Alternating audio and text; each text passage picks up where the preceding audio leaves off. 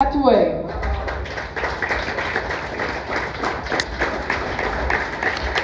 Welcome. Don't worry, no song today. Not worried. Yes.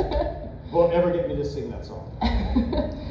Protože my jsme se tady včera o tom bavili, že Noah má trošku komplikovaný vztah k té písničce, že už ji slyšel asi tak miliardkrát a straší ho ve snech. By the way, have you ever sung the show yourself? No. Never? No. Never, not touching that. No, not touching it. It's not in my key. It's a little high for me. Maybe on the Sorry. microphone. I'll use my outside voice. It's not in my key. It's a little high for me. I do punk music, so yeah. If they had a harder version of it, we could do it maybe. But well, maybe you can do a punk version of it. You know what? That would be so cool. I've heard a lot of versions. They have versions from Ibiza. They have versions from everybody. An Ozzy Osbourne mix. I think I even heard a Black Flag mix of it. Black Flag? Henry Rollins? No, it's a punk band. Oh, it's a punk band. Like a hardcore, yeah. It wasn't very good, but they do it. Tak ptala jsem se, jestli někdy on sám tu titulní písničku zpíval, tak říkal, že rozhodně ne. Ale jelikož on má rád sám punkovou muziku, tak jsem mu navrhovala, že třeba mohl udělat punkovou verzi. Jak říkal, že za svůj život už těch verzí slyšel opravdu neuvěřitelné množství. Od nějaký Ibiza verze, od Ozzyho Osbourna, dokonce i od nějaký kapely Black Sails punkový. Takže Bůh ví. I actually asked the guys who was here yesterday, and it was only just like 5 people, so it's perfectly okay for us, you know, to do a rerun.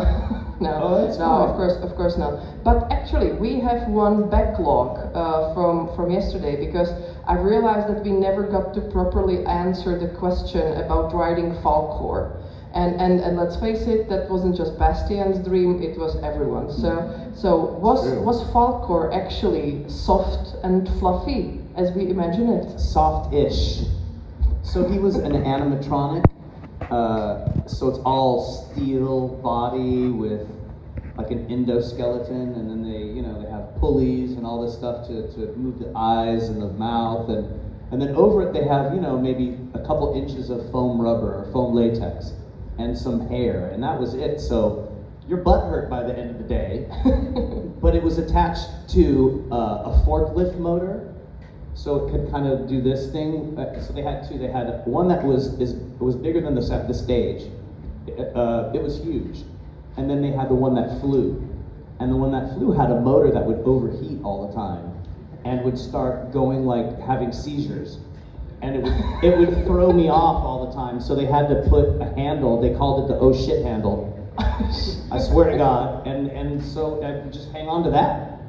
But I think probably every 15 minutes it would start going crazy. It just couldn't take the weight. And there was a lot of stuff like that. Tak já jsem se ptala na otázku, kterou jsme včera neúplně správně, nebo neúplně do úplna odpověděli. Že se včera někdo ptal, jaký to bylo lítat na Falkorovi, jestli byl takový jako měkoučkej a heboučkej, jak si ho představujeme.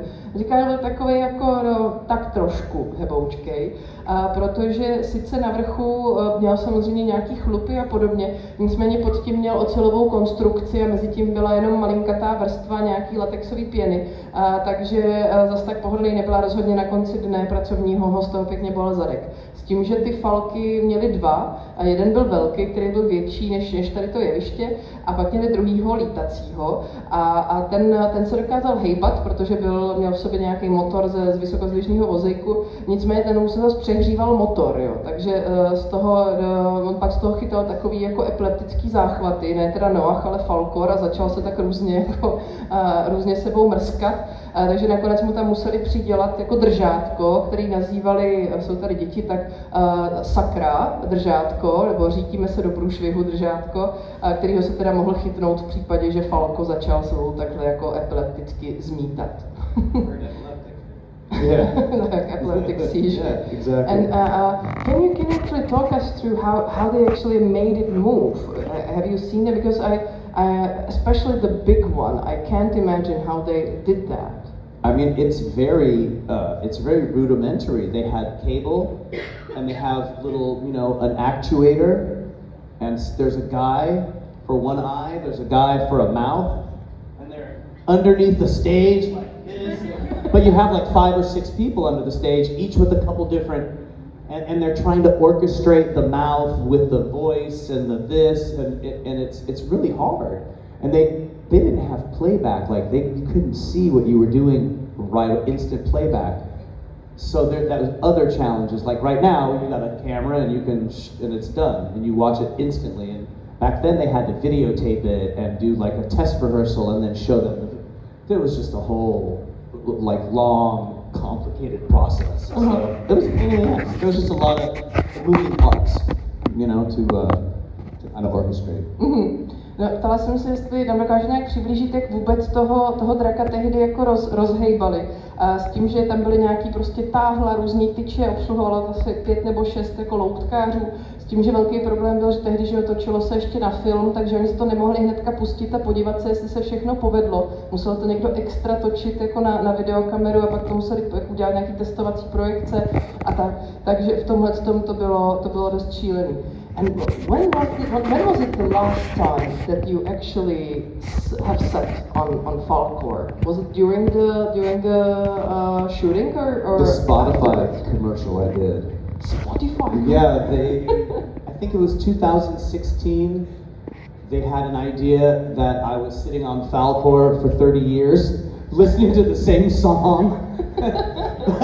So they put me in really long hair and a big beard. I don't know what I don't think it was as funny as they thought it was going to be.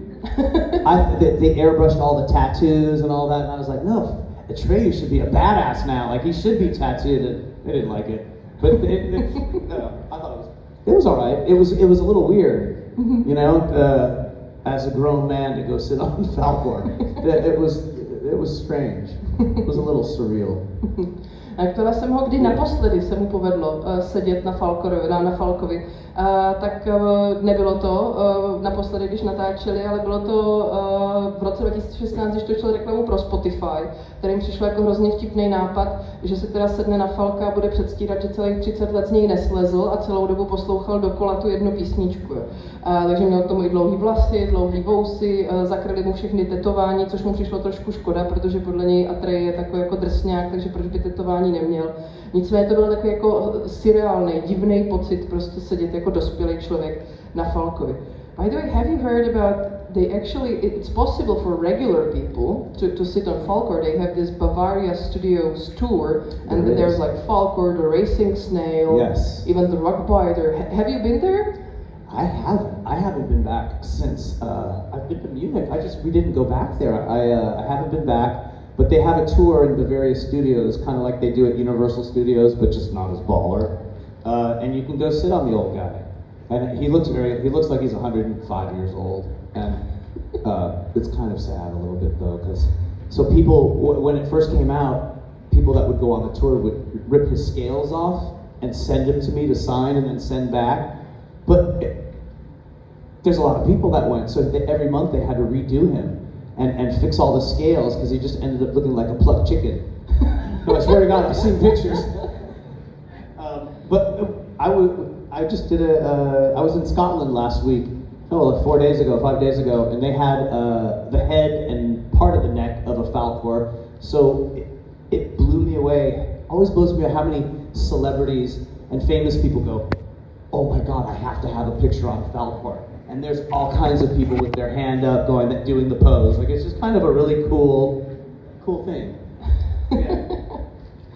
Tak ptal jsem se, jestli měl šanci, že v Mnichově, v Bavaria Film Studios, existuje taková výstava, prohlídka, v rámci které je možný zajezdit si na Falkorovi. Mají tam i toho závodního velemíždě, mají tam i ty sfingy. Even your favorite rock biter is actually there. On his bike. A všichni si tam na to můžou sednout i jako dospělí, i děti. Tak říkal, že teda v Mnichově byl od té doby, co natáčeli Nekonečný příběh, ale z nějakého důvodu zrovna jsem se nedostal.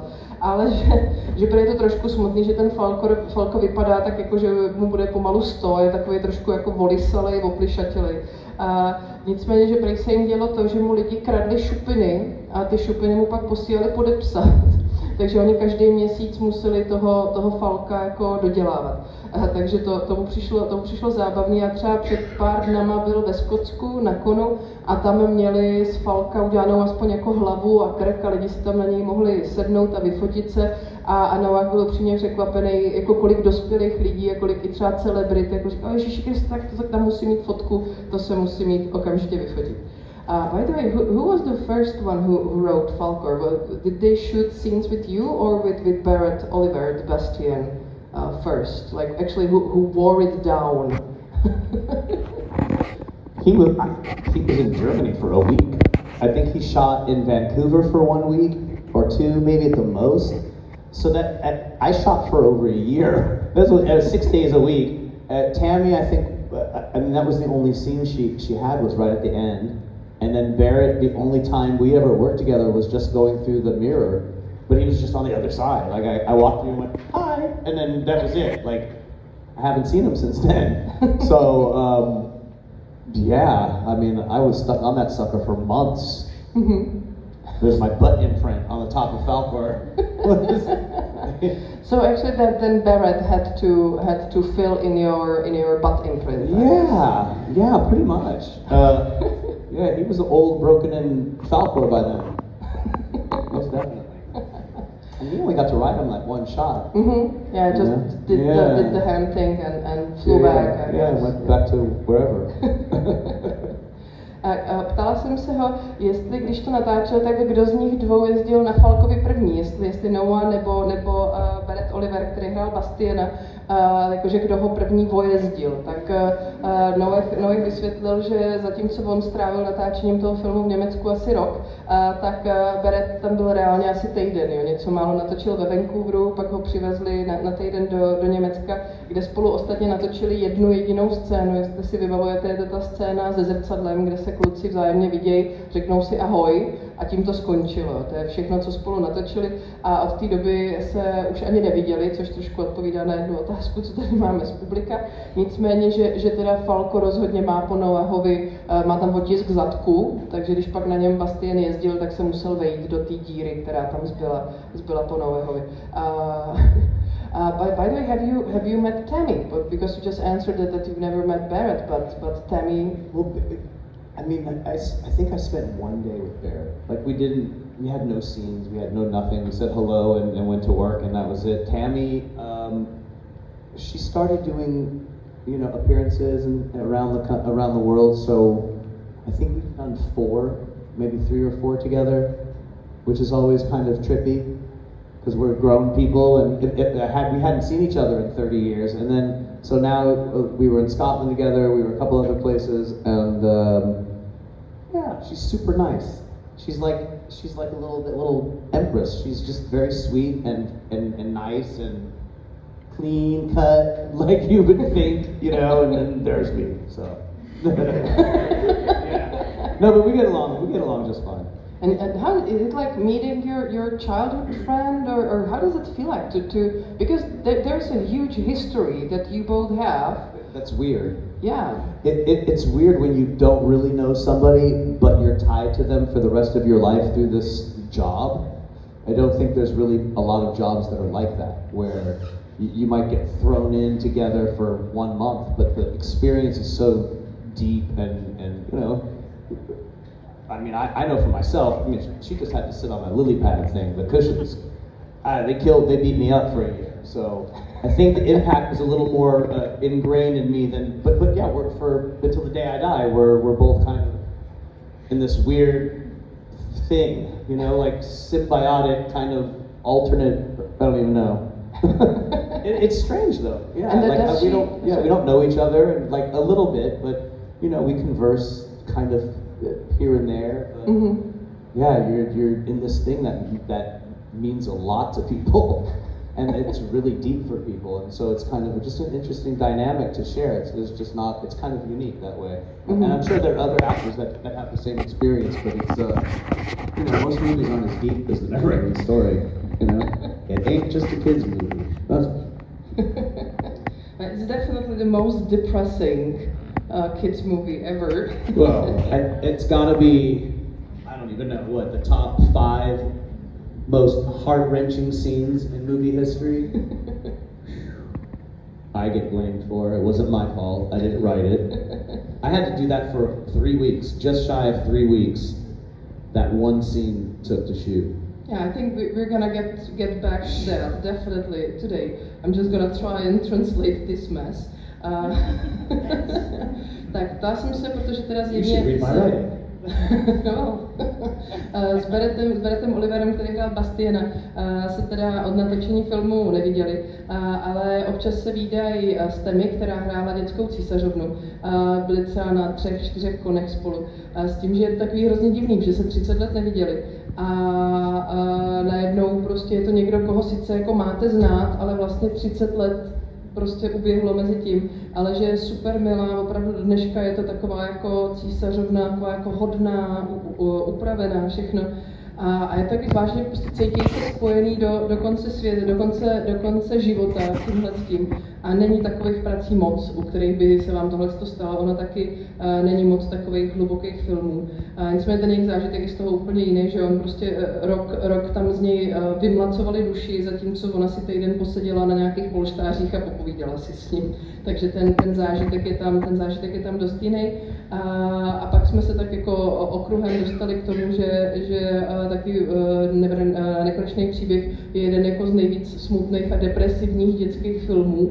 A Noah doplnil, že ta scéna v bažinách, který se určitě ještě dostaneme, tak bývá pravidelně zařazovaná mezi top 5 jako nejdrásavějších scén v libovolných filmech a točili celý 3 týdny. Tak, máme otázku na mikrofon? Nemáme, to jenom natáčíte na videokameru. When making the Neverending Story, did you have the feeling you were making rather a Hollywood movie or a German movie? Is just a German movie more serious? Like is there a difference? I don't really. I thought a film was a film, really. I mean, I know German people can probably sit longer than I can. You know, I know they have like a 4.5, or they have a 4-hour version of the Neverending Story, and probably a 30-minute Artax grounding scene. I'm just teasing. I don't know. I don't get the difference. I think movies are movies. If it's a good movie, it's a good movie. If it's crap, it's crap. It doesn't matter what language it's in. So. But you had experience even back then, like filming in US and filming in Europe. Was anything different? No, the language. I mean, Wolfgang hardly spoke any English when we started making the movie. So you know, you imagine trying to film some deep emotional scene, and he's speaking in German, and I'm trying to figure it out. And it was yeah. We had our challenges at the beginning, but I don't think there's a difference. I mean, it was a huge budget for the time, a huge budget. Maybe Americans waste more money. I don't know. I couldn't tell you. I think a movie's a movie. If it's good, it's good. It doesn't matter who made it. Yeah, I think that till this time, it's actually the most expensive German movie to date. Still, it's kind of their Lord of the Rings, I guess. Right. So yeah, I think it's still the most expensive one. And for back then, a $35 million movie is, you know, that's like a $150 million movie easily now these days. Tak, otázka byla na to, jestli měl pocit, když natáčeli Nekonečný příběh, jestli točí spíš hollywoodský film nebo německý film. On říká, že v tom moc velký rozdíl jako neviděl, že v té době už měl něco natočeného i v Americe, i v Evropě, ale prostě natáčíte film. Je to stejný všude. Možná jediný rozdíl vidí v tom, že Němci dokážou sedět v kině díl, že má za to, že existuje nějaká německá verze, která má asi 4 hodiny, mám tam 30-minutové scény, ve kterých Artek spadá do bažiny, je to podstatně delší, a to se samozřejmě vymýšlí, ale třeba zajímavý bylo, že vlastně režisér Wolfgang Petersen v okamžiku, kdy začali natáčet, tak neuměl moc jako anglicky, takže třeba ta komunikace mezi nima nebyla úplně jednoduchá. Nicméně ještě zajímavý na tom bylo, že ten film měl i na svoji dobu hodně velký rozpočet, nějakých $35 milionů. Vlastně do dneška to je nejdražší německý film a takovej jejich druh jako Pána prstenů. Well, you mentioned yesterday that actually you liked Germany. Can you explain why exactly? Because it's very hard to understand for us Czechs. I get that too. I'm a Native American Jew, so I understand a little bit of the issue there. But then again, I have a German-Russian wife, so if you can't laugh at the hard shit in life, you're gonna have a long, rough patch. I think when you get to know them, they're funny and they're in their kind of stoic humor. They have a dry sense of humor, which I'm a fan of. I'm a buffoon myself, but I like dry humor. It's beautiful. I'm outdoorsy, so it's some of the best hiking and scenery in the world that I've been to. Yeah, you got a bunch of castles, you got a lot of shit to see, the beer's great. It definitely made an impression on me when I was 12. That's for sure. Já jsem se ptala Noaha, že jsme se včera o tom docela hodně bavili, a on říkal, že se mu líbilo v Německu to natáčení, tak jsem ho poprosila, jestli by nám to mohl nějak víc jako vysvětlit, že pro nás Čechy to je něco těžko jako pochopitelného. A on říkal, že v pohodě, že on je napůl Indián a napůl židovského původu, takže pro něj to taky není úplně jednoduchý. Jeho žena ta je napůl německého, napůl ruského původu, takže celkově to mají doma takový hodně zábavný. Ale jemu přijdou Němci vtipný z nějakého důvodu, možná to souvisí s tím, že mu chutná jejich pivo a že mají takový dobrý jako suchý humor. Ale ne, taky ho hodně baví chodit po venku, takže se mu tam líbily možnosti pro všechny možné jako vejlety, prohlížení si zámku a podobně. A zkrátka to v těch 12 letech na něm tehdy zanechalo jako velký dojem.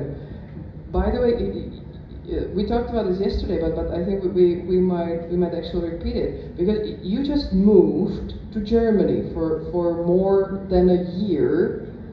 Yes. At like 1984, because in 1980, I was born by that year. That's so weird.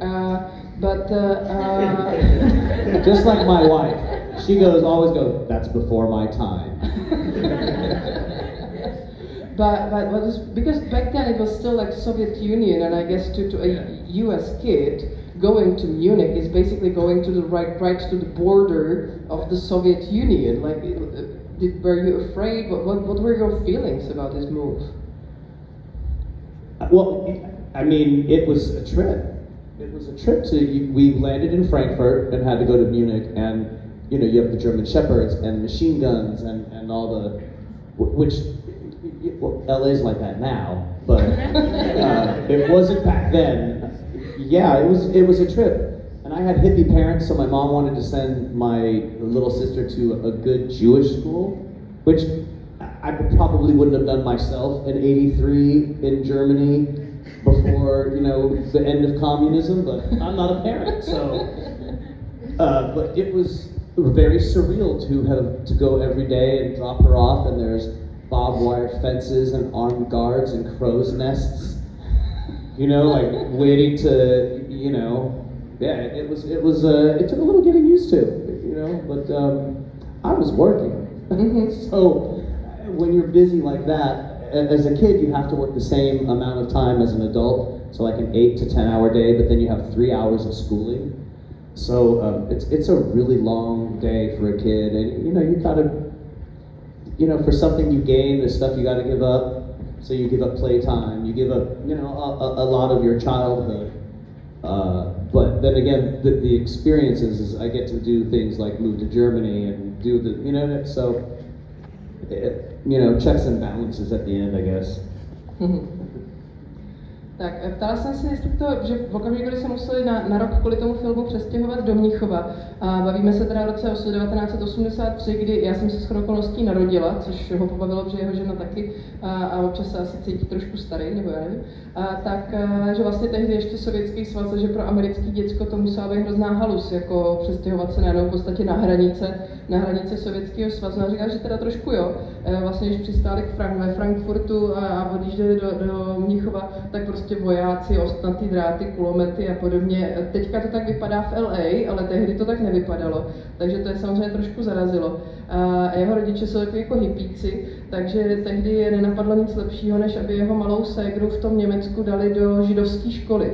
Jo, což prostě poblíž Sovětského svazu v roce 1983 byl výborný nápad. On by to možná neudělal, ale jeho rodiče jo. Nicméně, jemu to teda přišlo trošku divný, když vyhazovali ségru u školy a škola byla přesně obehnaná jako vysokou zdí s ostnatým drátem a kulometným hnízdem a podobně. Ale on tehdy prostě v Německu pracoval, takže to Německo jako takový moc nezažil, protože u dětských herců to v té době bylo tak, že oni 8 hodin denně natáčeli a pak ještě 3 hodiny museli řešit školu, takže moc toho času okolo neměl, že prostě musel se vzdát nějakého volného času, kdyby si mohl hrát a poznávat města a podobně, ale zase prostě zažil věci, které by jinak neměl možnost zažít, takže ono se to všechno tak vyrovnává. And I'm not exaggerating, right before, like maybe 2 months into the pandemic, we had the riots in Los Angeles and the looting, and I spent a week getting shot at, and there were cars burning on my block. So if you think I'm exaggerating about Los Angeles during the time, you're mistaken. I have pictures of me with my machine gun, and I had to run by, my friends had a little mall with a couple shops and they were breaking in. I ran up 4 blocks in broad daylight with my machine gun, past cops, and cops were like this, and there's cop cars on fire. Like, that's how LA was. OK, tak jenom upřesnil, že s tím, jak to vypadá v LA, úplně nepřeháněl, protože asi 2 měsíce před pandemií jsme tam měli nějaký nepokoje velký a nějaký rabování s tím, že přímo u nich jako v jejich bloku hořily auta, střílelo se, on v nějaký moment běžel asi 4 ulice dál se svým kulometem okolo policajtů, který ani nemrkli a přišli jim to úplně normálně, takže takhle teďka vypadá LA. Pictures. Yeah, it's crazy. But actually, we talked about the different version, different German version of the movie. You already mentioned it. But actually, it's just like 7 minutes longer, and it feels like it. But there's a kind of Czech version with a few specialties. I don't know if anyone told you. Like the Southern Oracle is not a person, but it's a place called Sandonoriko. Okay. For some reason, I guess it was because when they were translating, they didn't have the screenplay, and they just had to hear, and someone heard Southern Oracle. Interesting. And it's Sandonoriko is a place actually in Czech. A falco is not a luck dragon, but he's a fast dragon. For some fuzzy dragon? Fast dragon. Oh, a fast dragon. And the flying bat is a flying dog for some reason. And when but it's a bat. It's a bat, and it's very obviously a bat, but they call it the flying dog. Okay. And the biggest potato. And when Bastian screams the new name for the child empress, he actually screams "mommy" in Czech. That's the Czech word, but just if any fan, tries that's almost a little creepy that he screams "mommy." And also, I never understood that when I was a kid. I was like, why is he screaming "mommy"? But then I've seen the American, and I didn't know why he screamed "moon child" either. But still, and space hippie. Space hippie? I guess, or a space princess, moon child. I guess is the closest explanation you can give. But and atreyu in Czech is just atrej. Atrej, yeah, because we do this weird thing with words. It's called infliction, skloňování in Czech. When we change the word, so it would be very here. If you talk about atrej, you are talking o atrejovi.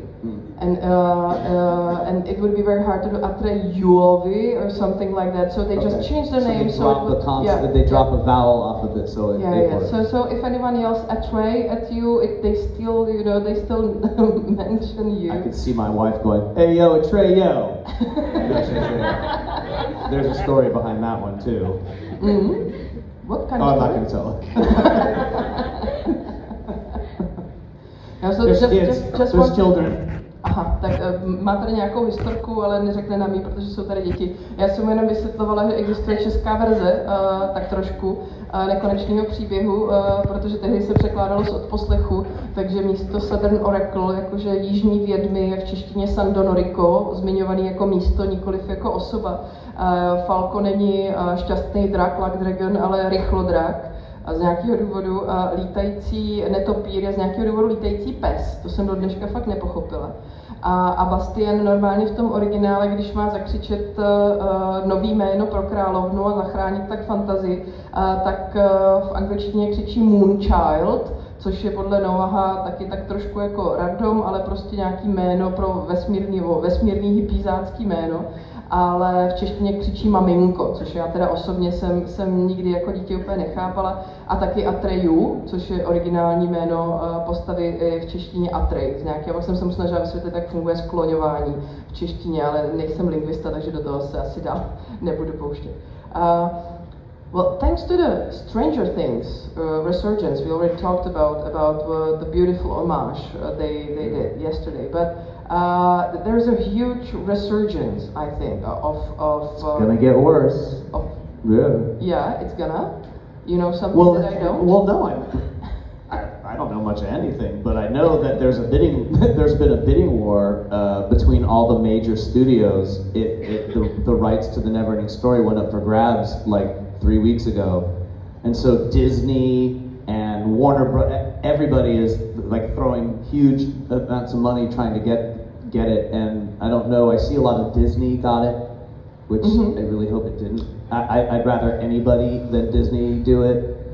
But Leonardo DiCaprio and David Fincher owned the rights, and in 2016 they were starting pre-production on it, and I don't know what happened, but I knew they had a script and they were ready, and with that team, I think I would have been pretty confident that it wouldn't have been horrible. Yeah, if Disney does it'll be terrible. It'll be just horrible. They ruin everything good. Yeah. That's why they're called the Evil Empire. They just, you know. Well, because I actually checked, and the movie is being played in 3 different cinemas in Czech Republic this week. That's cool. I had no idea. You know, it's like 38 years old movie. That's crazy. Yeah. How many other movies like it doesn't Star happen. Wars maybe sometimes. Yeah, but that's what I told Mark. We were talking about it, and even he said there's just Star Wars is huge for what I mean, it's one of the biggest movies ever, but it didn't touch people the way the Neverending Story connects with people, and the emotional. And it's not just the swamp scene, it's everything about, and the book's even deeper. The book is like miles deeper than just the movie. But there's just this deep, visceral thing, this connection with the Neverending Story. You know, you don't see. I've been to a lot of conventions with Mark Hamill, and it's crazy, and people are screaming, but nobody goes up to him and tells him that movie saved his life. I've never seen it. Like I see it, I get people tell me that every time I do an appearance, is they pull me aside and they go, "This taught me how to dream, and you know how I didn't kill myself." But I just in Scotland had a young man who pulled me aside and just said exactly that, and we had like a 20-minute let a line go. You know, we were doing therapy. Like I said, like legit. Every time I do an appearance, we have like some therapy sessions. You know, we do a little healing and some hugging. But I had never seen a movie that is that deep for people. Well, it kinda. I always seen it as a metaphor for depression. Maybe that's why. Absolutely. And there are not many child movies about depression, I'm afraid. No, but children get depressed. Yeah, and adults get depressed, and a lot of people don't talk about it because you know you get viewed as soft, or you know being vulnerable is not okay. Which is the absolute opposite. Is those people who can talk about their feelings and share. Those are the people that are really strong. You know, it's the others that not so much. But yeah, it does a lot. I mean, it's a trip. Okay. Never would have thought it. Yeah. like those 38 years ago when you started working? Never, Yeah. never. How could you?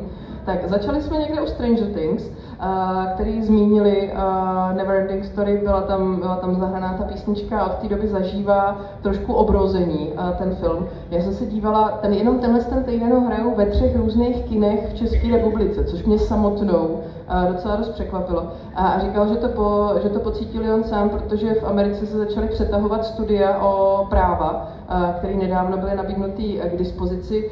Stojí o to prej Disney, stojí o to Warner Brothers, z toho Disneyho by byl podstatně méně nadšený. Ty práva původně drželi Leonardo DiCaprio a David Fincher, který dokonce v roce 2016 se dostali do preprodukční fáze, měli napsaný scénář, Noah přesně neví, co se stalo, proč to nedopadlo, ale byl by moc rád, kdyby to nedostal hlavně Disney, aby to nezkazil, jsou to děti. Jo, že proto se říká o Disneym, že to je impérium zla. Pak jsme se bavili o tom, že žádný jiný film neměl takovýhle obrovský jako dopad, což třeba potvrdil i Mark Hamill z Hvězdných válek, že sice Star Wars jsou jako obrovský hit a mají spoustu fanoušků, ale a lidi řvou, když prostě vyleze Luke Skywalker na pódium. Ale nestává se mu to, že by za ním přišli lidi a řekli mu, hele, prostě to, na čem si ty pracoval, tak mi zachránilo život. Což se Noahovi několikrát stalo, i nedávno zrovna na jednom konu a za ním přišel kluk a říkal, že hele, díky jenom prostě tomuhle filmu já jsem se nezabil. Takže v tomhle tom má občas dojem, že ať jde na jakýkoliv kon, tak tam dělá takovou trošku jako terapii, objímá se s lidma a podobně a oni mu se svěřují se svýma dětskýma traumatama. A bavili jsme se o tom, že možná to je proto, že na Nekonečný příběh je jeden z mála dětských filmů, který se nějak zabývá tématem deprese, nebo je to jeden možný z výkladů toho, co je tam vlastně schovaného. A Noah na to kontroval tím, že vlastně málo kdo je ochoten se ukázat jako zranitelný. Málo se mluví o těchto věcech, které jsou nějakým způsobem zraňující, ale přitom prostě to jsou ty nejsilnější lidi, kteří dokážou o těchto věcech mluvit, a zatímco ty, co se tváří, že jsou největší tvrďáci, tak ve skutečnosti tak tvrdí nebo tak silní většinou nebývají. I don't know how you do that. And everybody's told me like it was exactly what you said. Like, I have to tell you that's pretty incredible. What okay, you do, thank you so much. But she's you don't know. incredible. You don't know actually. You don't know if I'm actually telling what you are. No, because I have snitches. I got snitches that are reporting that you've said exactly how I'm telling it, which is that's really hard. So Okay. yeah, that's what you're puzzled. I will find those snitches. Give them some stitches. Yeah, they will get some stitches. Mark mi prozradil, že tady má nastrčený nějaký špehy, který kontrolují, jestli opravdu říkám to, co jako on mi tady vykládá, anebo jestli to tady vymýšlím, jo? Tak jenom říkám, že pak dostanou do držky. By the way, because I've spoke with other child actors and they quite commonly talk about... Sorry. Former child actors. But they spoke about they actually got quite bullied because of their fame or was that your experience? Absolutely. I was talking to a young woman today about it. She was telling me how horribly bullied. She's so nice, and that people pick on you and take advantage of you because of that. And you know, we had a nice little talk about it because I was horribly bullied. I mean, like it got really bad where they had to send me to a school off campus. They lit my house on fire, like a bunch of bullies. I came home and my lawn was on fire. And it was because they were like jealous that you are in the movies, or what? Yeah, I've always been super nice. I've always been. You know, I'm not my job, and so you know, at the end of my life, when whoever's gonna judge me is they don't give a shit about that. They give a shit about whether I'm a nice human being and a good person. So that was always my thing, and I've never changed that. But they will test that, and they will put you to your, you know, to the test of your convictions about whether you want to be a knight. You know, yeah. So I started martial arts pretty young. I was on Battlestar at 6, and it started then. So I got tired of getting my ass kicked, so I did something about it. And when the bullies got a little older there were more than one, then I went to another one and I learned some other stuff, and then wasn't getting bullied anymore. So I had to kick the living shit out of somebody really bad once, where it kind of stopped. But it is what it is. It's one of those things where if you don't think you have it in you to not be bullied, you're gonna be bullied, and you have to just find some balls, no matter who you are, and stand up for yourself. Whether it's like being willing. I don't know. If you're just willing in your life, just the act of being willing, that everything's possible. It's when you shut the door on your possibility and you're not. Doesn't mean you have to act on it. Doesn't mean you have to take the steps. It's just the act of the willingness. Is everything else seems to fall into place once you're that way, you know. So I think if people are willing to stand up for themselves and maybe jump in things that are scary, you know, that's what I had to do. You know, it's not bullying me. Mm-hmm. But I'm a firearms instructor. I box amateur. I have 5 fights. I don't like getting punched in the face so much, so. Yeah. Arms instructor. We were talking earlier, like if I have an animal, a dog, and it's not doing, it's going to the bathroom in the house, or I have to look at what I'm not doing right because of that. That's a mirror of what I'm not doing. So I have to make adjustments in myself if there's something like that's not to a certain standard or how I want to live. I go, oh shoot, well what am I not doing? And I have to take responsibility for myself. I can't do that for you or anybody else. So. Okay. Deepak Chopra is next. Tak bavili jsme se o šikaně, protože dětský herci docela často bývají šikanovaný, že jim ostatní děti závidějí, že hrajou ve filmech, tak bohužel to teda byl i Noahův případ. Říkal, že se tady o tom dneska bavil s nějakou jinou faninkou, která taky si zažila hroznou šikanu, asi i proto, že je super milá a děti toho zneužívají. On to zažil tehdy docela drsný, musel kvůli tomu měnit školu, zapálili jim tehdy dokonce barák. On se přitom prostě snažil být na ty lidi fakt jako milej, na nikoho se zbytečně nevytahovat, ale prostě z nějakého důvodu potřebovali prostě zkoušet, jak na to zareaguje. No a on na to zareagoval tím, že se začal učit bojové umění, protože tak měl možnost s tím něco udělat. Začalo to jinak všechno po tom, co hrál v Battlestargalactice, cca v 6 letech, takže tehdy začal s bojovými uměníma. Když se ten problém vrátil, tak se naučil další bojové umění a prostě v nějaký moment zjistil, že musí někomu trošku rozbít budku a pak už s tou šikanou přestali.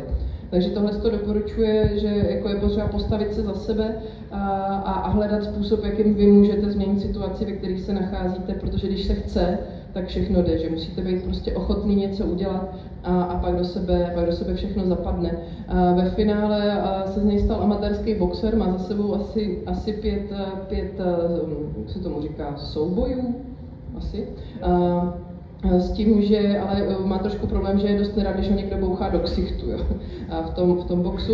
Stal se z něj instruktor střelných zbraní a podobně, ale prostě má ten dojem, že třeba když vám zlobí zvíře a čůrá vám doma na rohy a podobně, tak to je vaše chyba. Že vždycky hledat, jak vy můžete změnit sebe a tím změnit situaci, protože zodpovědnost za svůj život máte jenom vy sami a nikdo jiný s tím nic neudělá. By the way, talking about Battlestar Galactica, we have like two questions about that. Let me just make an addendum. I'm not advocating violence. I'm advocating that you should be capable of it, but not have to. It's like everything is. You arm yourself with the information that you need to act accordingly in life, and if you don't, you allow yourself to become a victim. That's all. I'm not saying go beat people's ass or go be a bully yourself at all. That's the opposite of what I recommend.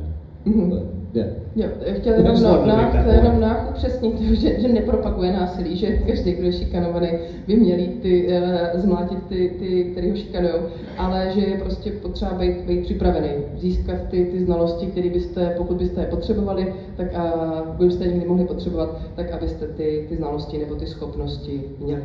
Okay, Battlestar Galactica, because we have some questions about that, and I think I've got a question about that too. Sure. let's talk about the old Galactica first, because you were like 6 when you were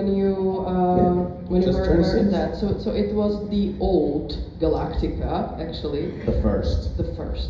Thank you. And what was your role in it? Because it was never shown in Czech Republic, so only super hard fans have seen that.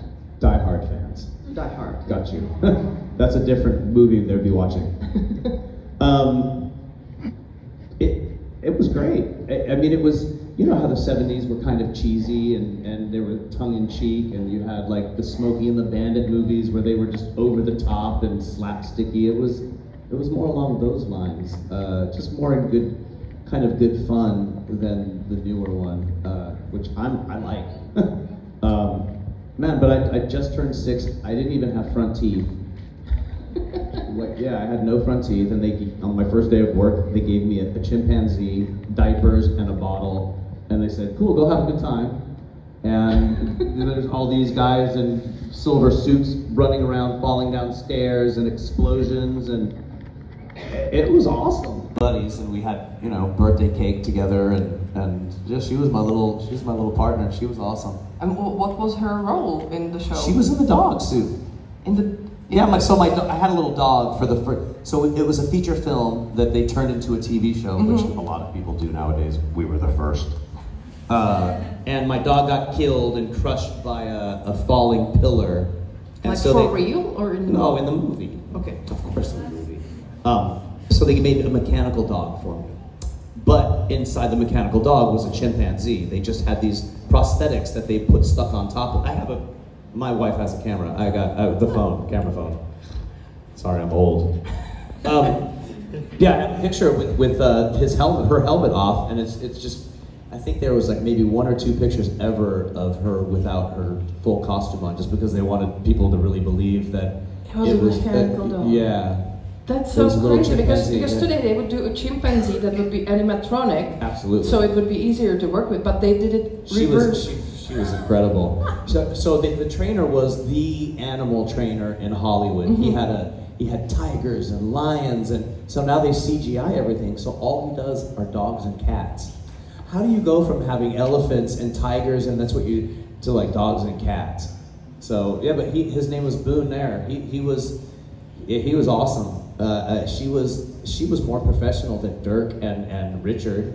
Like they mess up lines more. She would get hot every now and then and kind of screw around, but it was really hot. Like every time they would take that helmet off, her hair would just be soaked, sweaty, wet. Like, so she was a great little animal. Wow. Like she was so good, I got bit. And it was my fault. Like I wasn't, like, it didn't bum me out. Like after I was done hurting a little bit, because they're strong as hell.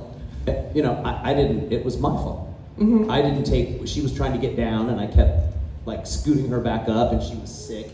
And she wanted to get down and go to her where she slept. And she gave me a little nip. But even at that age, I go, after a little talk, I go, oh, okay. I totally saw what she was doing, and I just kind of, and it happens with our dog. She likes little signs. She's got to go out, and sometimes I'm busy and if I just stop and I look, telling me you need to go or whatever. So my dumb ass got bit, but I went back to work later that day with it together, and it was fine. So. Tak bavili jsme se o starý Battlestar Galactice, kterou tady předpokládám nikdo z vás neviděl. Aha, tamhle někdo viděl starou Battlestar Galactiku. Tak jsem se ptala trošku víc, co tam hráli. A on tam tehdy měl opici, se kterou spolu hráli, tak jsem se ptala, co tam ta opice hrála. A on říkal, že tehdy vlastně natočili film a pak z toho udělali seriál, což je taková ošklivá věc, která se dělá i dneska. A v tom filmu měl psa a na toho psa spadnul nějaký pilíř a oni mu místo toho udělali mechanickýho psa. Jenomže v těch 80kách bylo jednodušší, když mechanickýho psa hrála opice v kostýmu psa, než vytvořit opravdovou jako loutku mechanického psa, což by se dneska udělalo pravděpodobně naopak. Říkal, že tehdy měli úplně skvělýho trenéra těch zvířat, který dneska už ale dělá jenom psy a kočky, protože všechno ostatní se dělá digitálníma trikama. A že ta opice, která se jmenovala Eve, byl to teda šimpanz a měli narozky jeden den od sebe, takže byli jako obrovský kámoši a že byla hrozně jako dříč, zodpovědný s tím, že byla hrozně spocená, že třeba sundali helmu a takže se tam docela nadřela. A měl jí moc rád, když ho kousla jednou, ale to prý byla jeho chyba, protože ona chtěla slíst, nějaký nebylo úplně dobře a on jí pořád tahal nahoru, no a tak to ve finále dopadlo tak, že ho trošku kousla, ale rozhodně to byla jeho chyba. By the way, have you seen the Battlestar Galactica remake? But first, what do you think about it, and did you consider to audition for it? That's another question from the audience. I love the show. I think it's great.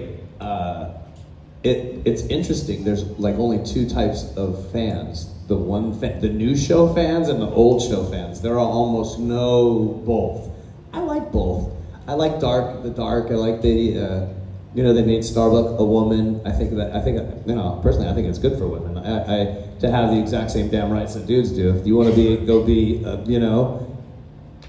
be a fast ass, go be a fast ass. Absolutely. So I thought it was great. And then you have Edward James Olmos, who, he's a heavy-hitting actor. He's an Academy Award-winning actor. We had him at Comiccon Prague actually last year, so he is hard-hitting. Yeah. We have to have a little discussion one day, me and Eddie. About what? No, Trisha found me at a jacuzzi at like 2 Trisha? I know. 2 in the morning and got in her bra and panties and got in the jacuzzi with me, and then Edward James almost comes in and sat right in between us, and it was kind of funny. We spent 3 weeks together in Australia on like a little tour thing. So. And what did you talk about with him? What was the deep discussion about? Because I he has horrible timing, is what my discussion would have been. No, she's one of the sweetest people I ever met. Yeah, some of these, like there's a convention in Australia, but you'll go out and do Sydney and Perth and another city maybe, and you're there for 3 weeks. So each week you do a different city. So we got to spend, almost a month with these guys, and they were great, and we had a good time.